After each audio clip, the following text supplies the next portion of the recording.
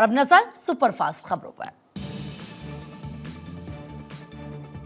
वाराणसी में 72वें राष्ट्रीय volleyball tournament का शुभारंभ। पीएम मोदी ने वर्चुअली वॉलीबॉल टूर्नामेंट का किया उद्घाटन। कहा, वाराणसी खेल प्रेमियों का शहर। वाराणसी ने कई नेशनल खिलाड़ी दिए। तमिलनाडु में गृह मंत्री अमित शाह ने विरोधियों पर साधा निशाना। कहा, भारत में सबसे भ्रष्ट सरकार तमिलनाडु की है। परिवार की राजनीति को समाप्त करने का वक्त आ गया है। गोवा दौरे पर रक्षा मंत्री राजनाथ सिंह आज स्वदेशी जहाज समुद्र प्रताप का करेंगे कमीशन। आत्मनिर्भरता की दिशा में भारत ने बढ़ाया एक और कदम। लखनऊ में सीएम योगी से Canadian Hindu chambers of commerce के प्रतिनिधिमंडल ने मुलाकात की। एमएसएमई, धार्मिक पर्यटन और हॉस्पिटैलिटी सेक्टर में निवेश करने पर हुई बात। मध्य प्रदेश के मुख्यमंत्री मोहन यादव ने नाइट शेल्टर का किया निरीक्षण। सड़क किनारे गरीब और बेघर लोगों को बांटे कंबल। रैन बसेरों में रह रहे लोगों से की बात। लखनऊ में सीएम योगी ने राज्यपाल से की मुलाकात। आनंदीबेन पटेल से मिलकर यूपी में मंत्रिमंडल विस्तार पर चर्चा। सूत्रों के हवाले से खबर।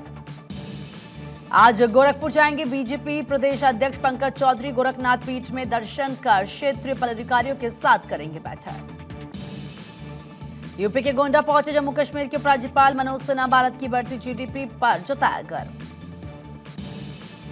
दिल्ली में शब्दोत्सव कार्यक्रम का आयोजन। सीएम धामी ने की शिरकत। भारतीय विरासत पर युवाओं से संवाद। झारखंड के 2 दिवसीय दौरे पर सीसी ज्ञानेश कुमार देव गए। एयरपोर्ट पर दिया गया गार्ड ऑफ ऑनर।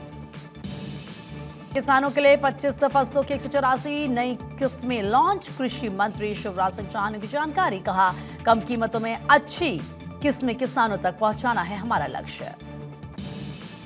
जोधपुर में राजस्थान उद्योग हस्तशिल्प उत्सव कार्यक्रम। डिप्टी सीएम दिया कुमारी ने की शिरकत। कहा, लघु उद्योगों और स्थानीय उत्पादों को बढ़ावा देने का प्रयास सराहनीय है। संभल में फिर गरजा। प्रशासन का बुलडोजर। अवैध निर्माण को किया गया ध्वस्त। मौके पर सुरक्षा के कड़े इंतजाम।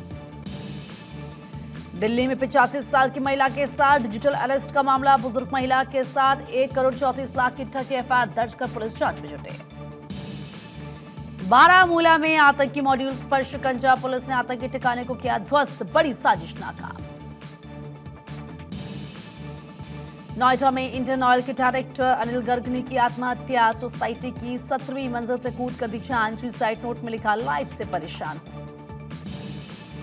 दिल्ली पुलिस की स्पेशल स्टाफ का बड़ा एक्शन। अंतर्राष्ट्रीय नशा तस्करी गिरोह का भंडाफोड़। 11 किलो हाई ग्रेड चरस के साथ नेपाली तस्कर गिरफ्तार।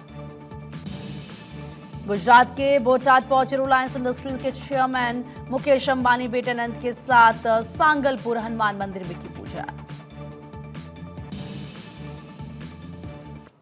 बात अमित शाह के तमिलनाडु मिशन की। तिरुचिरापल्ली में अमित शाह ने जनसभा की। तमिलनाडु में बीजेपी की सरकार बनने जा रही है, इस बात का जिक्र किया। भारत की विकास यात्रा से जुड़ेगा तमिलनाडु। पूरे तमिलनाडु में बीजेपी ने जनसंपर्क किया है। हर मोर्चे पर डीएमके सरकार नाकाम रही। देश में सबसे भ्रष्ट सरकार डीएमके की सरकार है। स्टालिन की राजनीति खत्म करने का समय आ चुका है। ये मुख्य बातें उनके संबोधन की। उन्होंने कहा कि अपना सपना पूरा करना है तो बीजेपी जरूरी है। तमिलनाडु में एनडीए सरकार बनेगी। एआईडीएमके और बीजेपी का गठबंधन मजबूत है। अमित शाह जमकर हमला बोलते नजर आते हैं।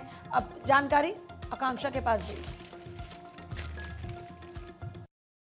मित्रों, तमिलनाडु सरकार का एकमात्र उद्देश्य है स्टालिन जी के बेटे उदयनिधि को मुख्यमंत्री बनाना। मैं आज तमिलनाडु की जनता को कहने आया हूं, तमिलनाडु के अंदर अब ये परिवार की राजनीति को समाप्त करने का समय आ गया है।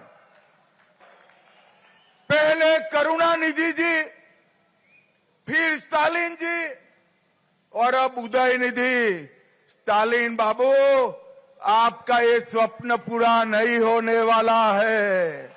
मित्रों, इस बार दीवार पर लिखा हुआ मैं पढ़ पाता हूं कि अप्रैल 2026 में तमिलनाडु में एनडीए सरकार बनने जा रही है।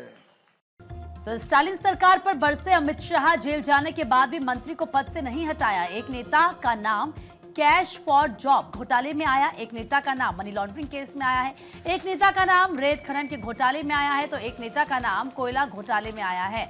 यह गृह मंत्री की तरफ से कहा गया हमला बोलते हुए तमिलनाडु की हर योजना पर 20% करप्शन कट मनी, तमिलनाडु का बजट कर्ज और शराब की कमाई पर चल रहा है सफाई, कर्मचारी के प्रदर्शन पर लाठियां चलाई जाती है, तमिलनाडु सरकार ने किसानों को भी धोखा दिया है, तमिलनाडु की पवित्र नदियों का जो पानी है वो दूषित किया जा रहा है, तमिलनाडु में हिंदुओं की आस्था का अपमान किया जा रहा है, उनके नेता सनातन को डेंगू मलेरिया बताते हैं। सुनिए। आने वाले चुनाव में भारतीय जनता पार्टी एआईडीएमके के साथ, हमारे और साथी दलों के साथ एक मजबूत गठबंधन कर कांग्रेस और डीएमके को अंतिम लड़ाई देने का काम करने वाली है। हर मोर्चे पर डीएमके सरकार विफल गई है। पूरे भारत में सबसे करप्ट गवर्नमेंट अगर कहीं पर है तो दुर्भाग्य से वो तमिलनाडु में है।